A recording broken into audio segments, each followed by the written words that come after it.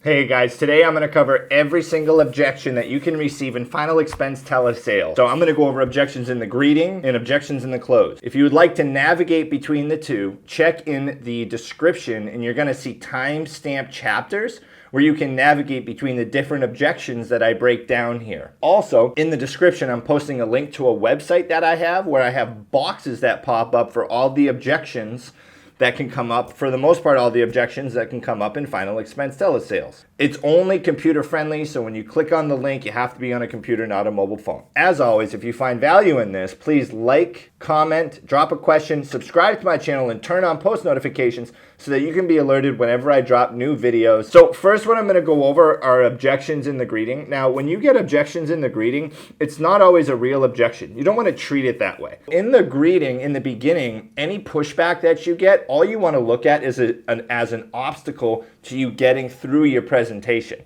okay? You want to address what they say and then move on, okay? Address what they say and move on. What I mean by that, and you also, what you're doing is you are giving control to the client. So whenever they have these objections in the greeting, they're usually fear-based.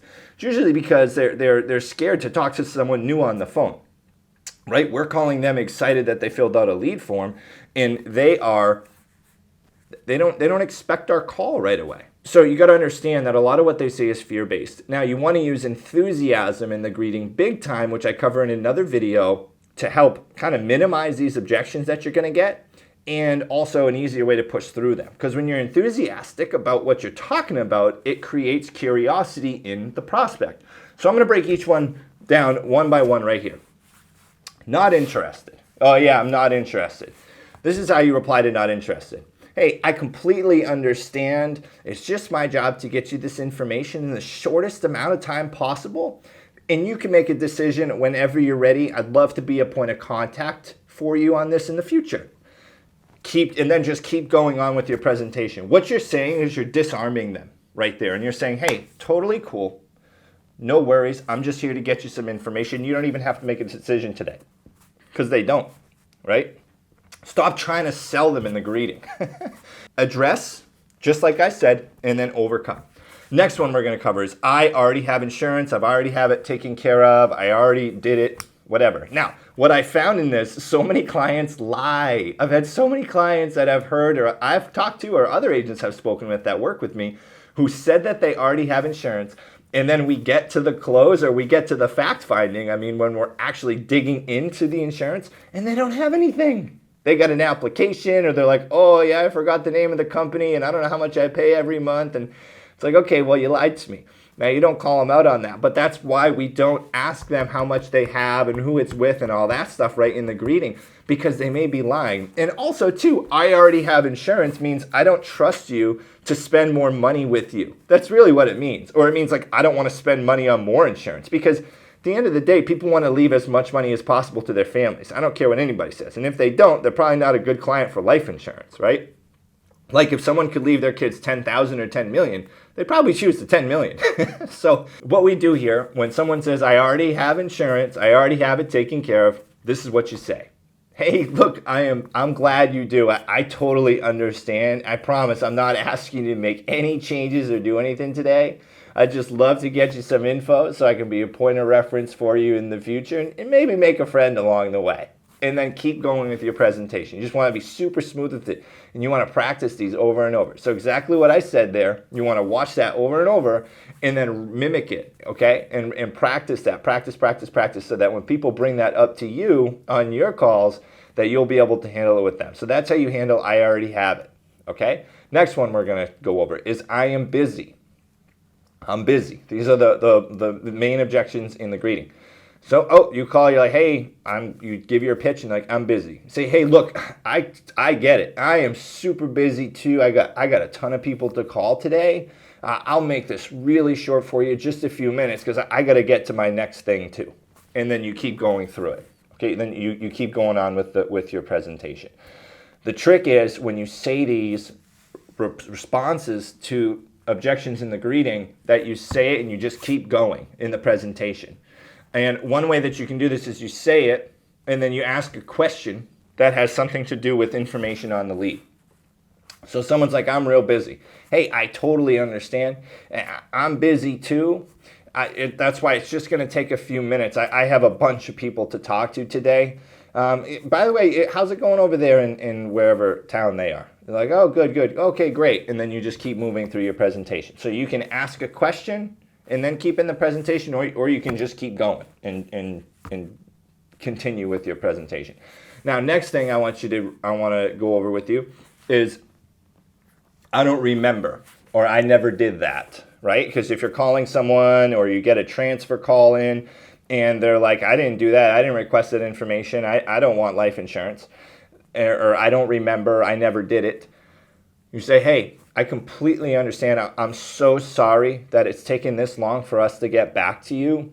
We've had an overwhelming response in your area, and it's been crazy. It probably was a little while ago, and I take full responsibility for that. And you just keep moving on through. So that's how I handle that objection when someone's like, I don't remember, okay? You want to apologize. So in a lot of these, what you're doing is you're putting control in the client's hand.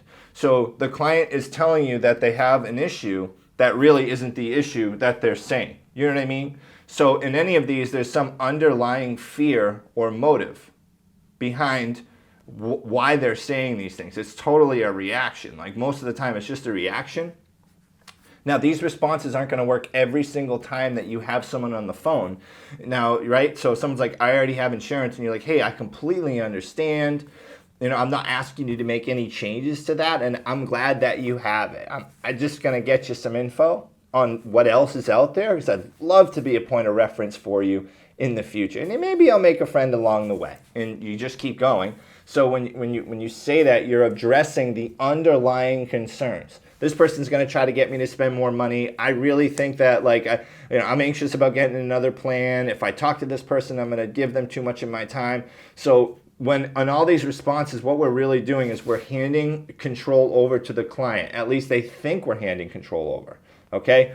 We know that we're maintaining control by giving a false impression of control. Okay?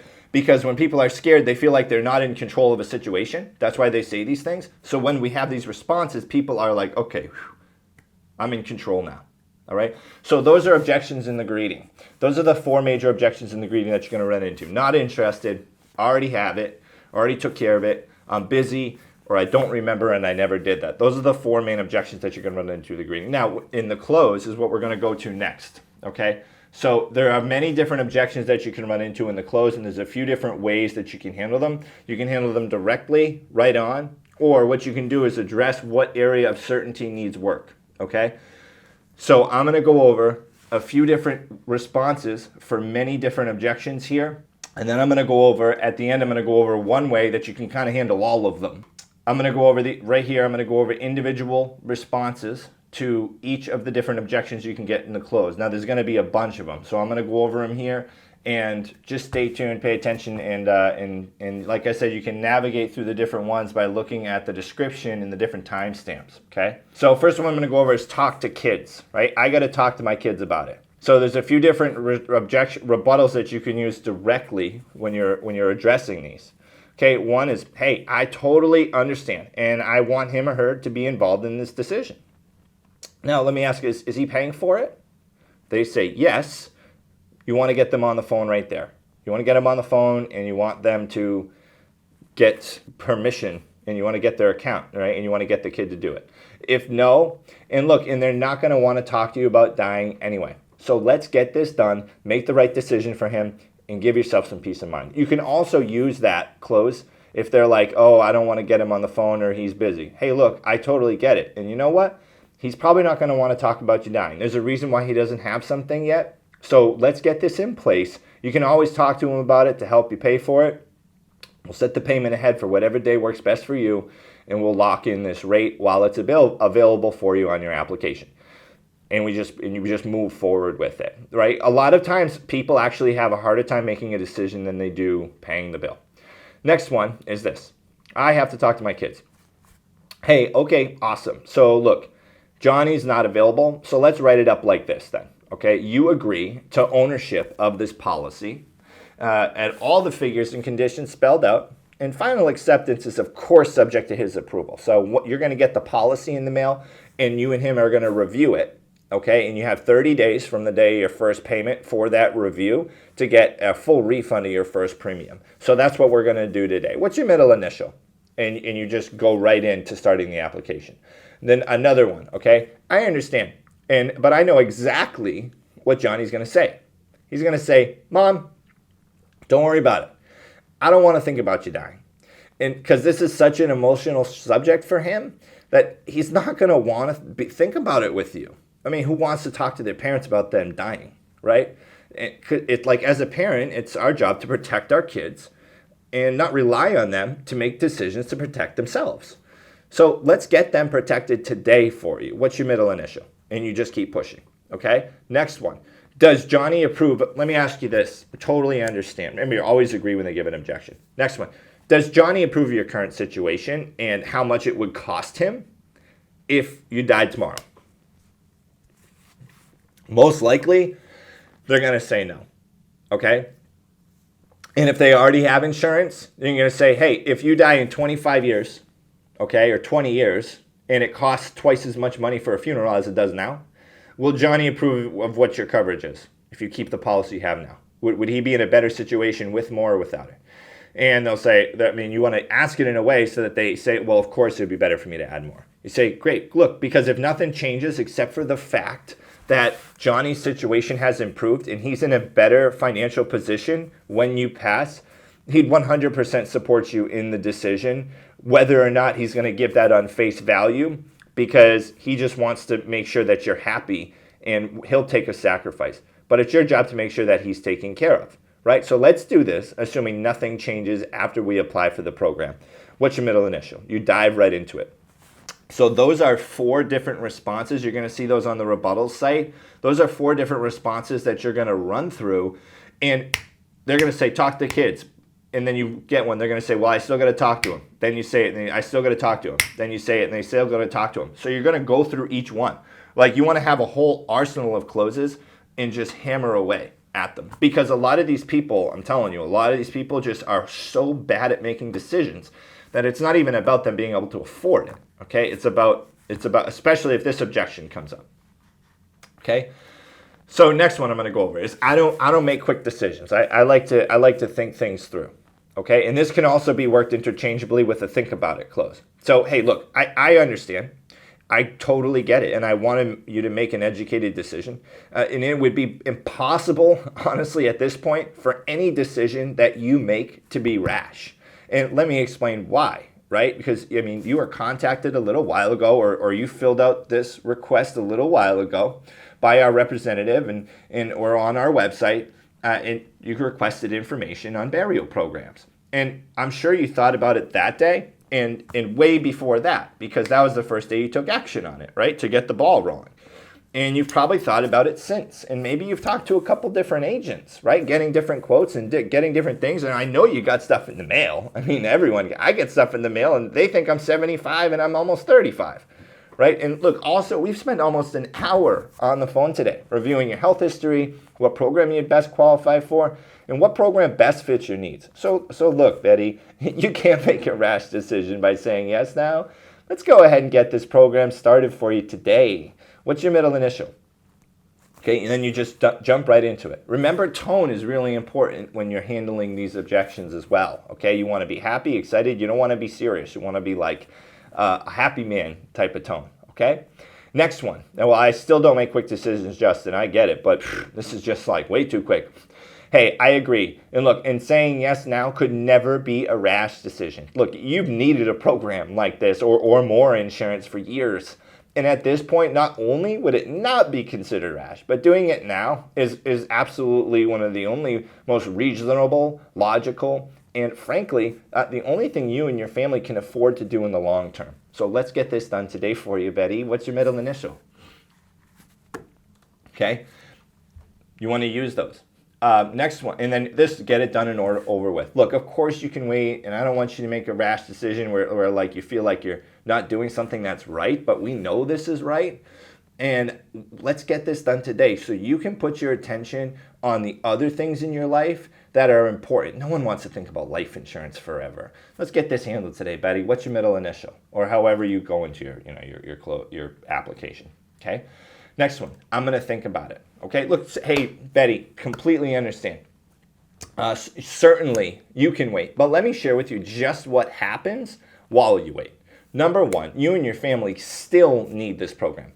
Okay, number two, it will cost you not to have this because it's going to give you peace of mind, protect your children against thousands of dollars in final expenses and medical costs, and give you immediate savings on your prescriptions and whatever else is included on the discount cards that we get you. And number three, literally nothing changes when we hang up except the price or qualification by possibly just one simple medication change.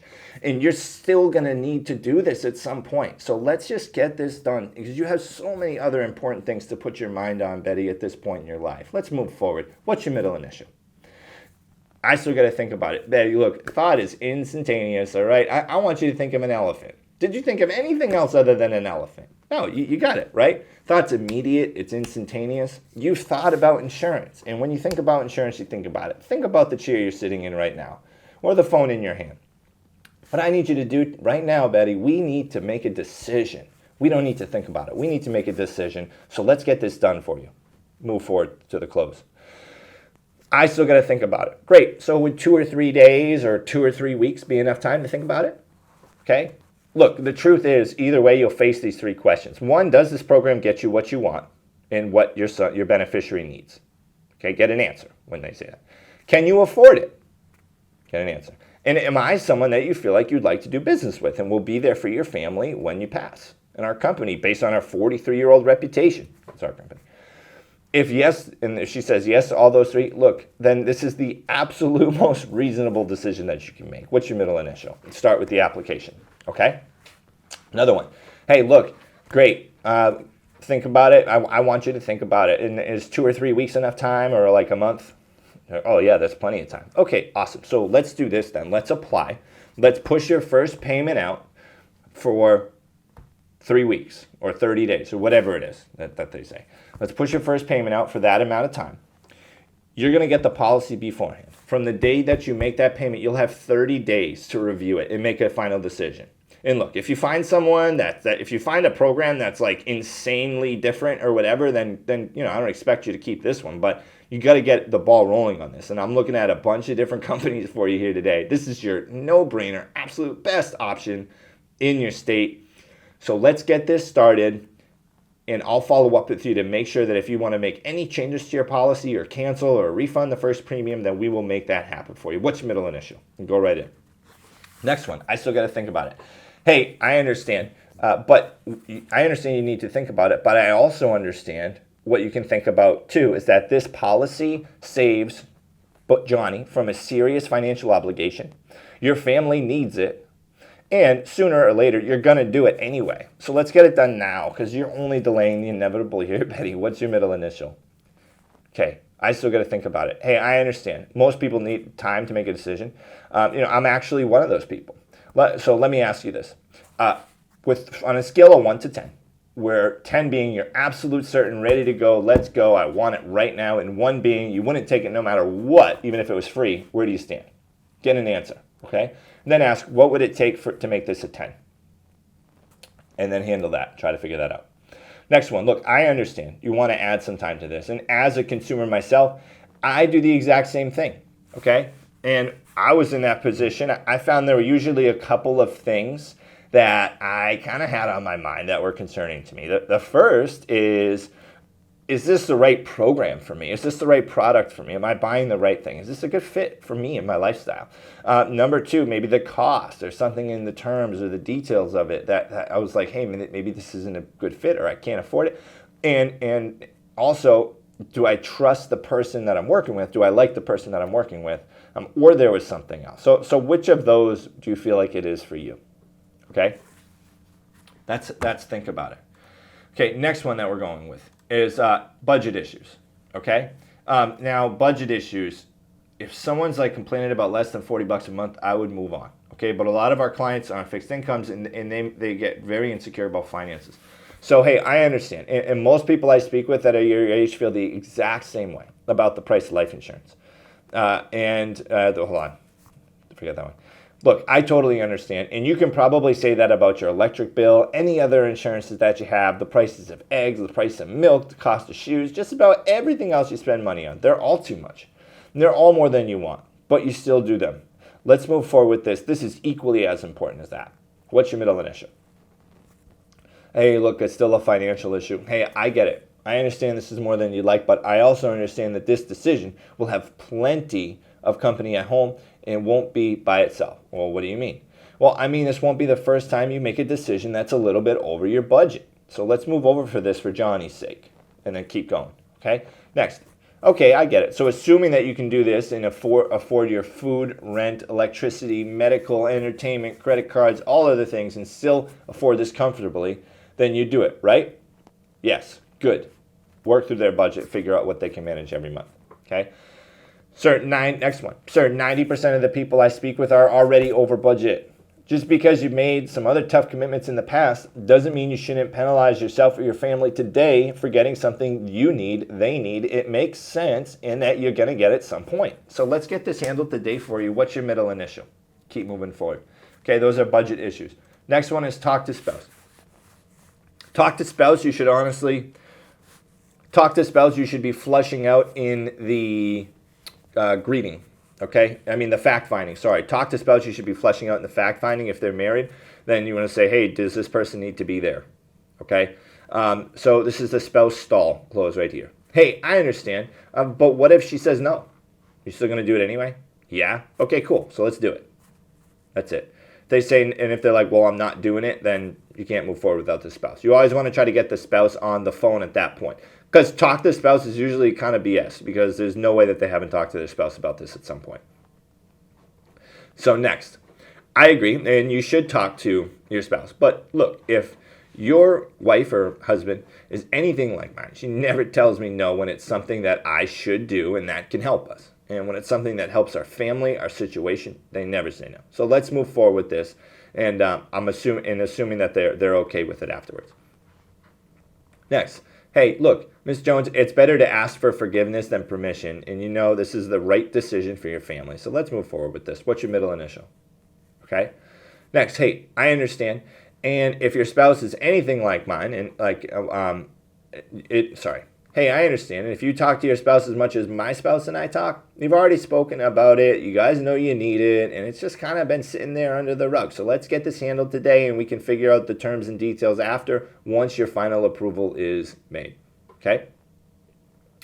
Next, I totally understand, and I want you to discuss it with them. Would a month be long enough, or 2? Yes, great. So let's apply today and make sure you get approved. If you do get approved, we'll send out the policy to review with your spouse, and we can make alterations to the coverage from there. It's better to have concrete numbers to work with than just guesses. So where are we mailing this policy to? And then you go from there, and then you go for the close, okay? Also, too, I mean, you want to try to get the spouse right on the phone. And you can ask, hey, what happened last time you talked to someone and you reviewed it with your spouse? Because this isn't going to be the first time that they've talked about life insurance. I can almost promise you that, especially final expense insurance. Okay, another one that we're going to go over is I don't give out my bank info, I don't give out my social. Okay, you're going for that. This is how you're going to address it when you're in the application. Simple as this. Hey, I completely understand, and I don't either, but we need it for the application. What's your social? Now, when they say this, the bank info and social thing, the bigger deal you make it, the bigger deal they'll make it. Okay, so if you make it like, oh my God, don't worry, we're this and this and this and this and this and this and this and this and this and this and this. Like when you get anxious and all worked up, they do. So you don't want to start there. If you have to get there at some point, then that's okay. But what I'm saying is you don't want to start with like the desperate like sound. So I don't give a, and honestly, I have zero patience for that right now because of how many people I have to help during the day with their deals and how many people I have helped. So when they're like, oh, I don't give my social out on the phone. I'm like, dude, what have you been on the phone for the last 30 minutes for talking about life insurance? You know you got to give out some personal info. So let's get this done. No. And keep going. That's kind of how I've handled it. Now, you may get some pushback on that, so you can take it a little softer and just say, look, hey, I get it. I don't like giving it out either, but we do need it for your application. What's your social? And just don't say anything. Same thing with I don't give my bank info out. Hey, look, I don't give my bank info on the phone either, but we do need it for your life insurance application. So what is it? right? Try not to hesitate. I just hesitated a little there.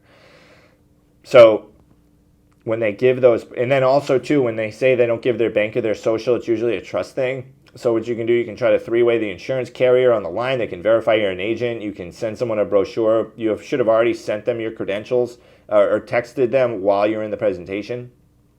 Okay, and it's really kind of just figuring out like, hey, it's a trust thing.